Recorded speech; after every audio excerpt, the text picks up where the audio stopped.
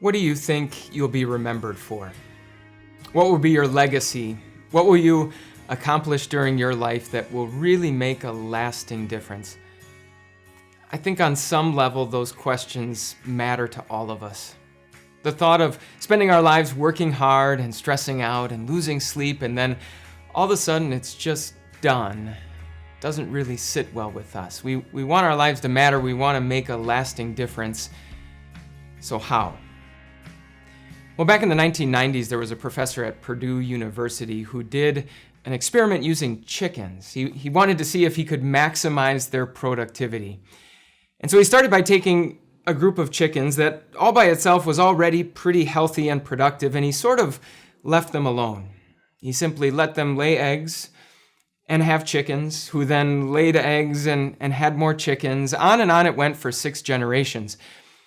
But then he took another group, and from the rest of his flock, he sort of handpicked the most productive individual chickens, and he put them all in the same group together.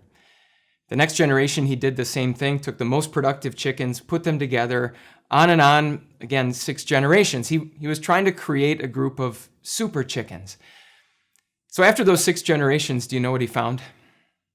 Well, that first group that he had kind of left alone, it was as healthy and as productive as ever.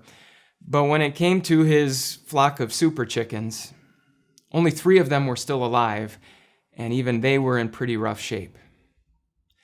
See, it turns out the chickens that were most productive at laying eggs were also the most aggressive, the most violent, the most prone to try and achieve supremacy within the group by attacking the other chickens. And so he hadn't managed to create a flock of super chickens, he created a flock of psychopath chickens. When it comes to being productive, making an impact, making a difference, the world has all kinds of ideas about how to do that. We're taught to be first, to be the best, to strive to rise above the pack and set ourselves apart from our peers, to achieve and compete and really carve out a name for ourselves. But so often God demonstrates that he works in just the opposite way. This week, I'm excited to be talking to you about a specific group of people from the Bible whose names you might not recognize. At the very least, if the Bible were a movie, you'd probably have to wait to see these people's names in the credits. And yet God used their very ordinary lives to accomplish extraordinary things. He used their small acts to have a huge impact.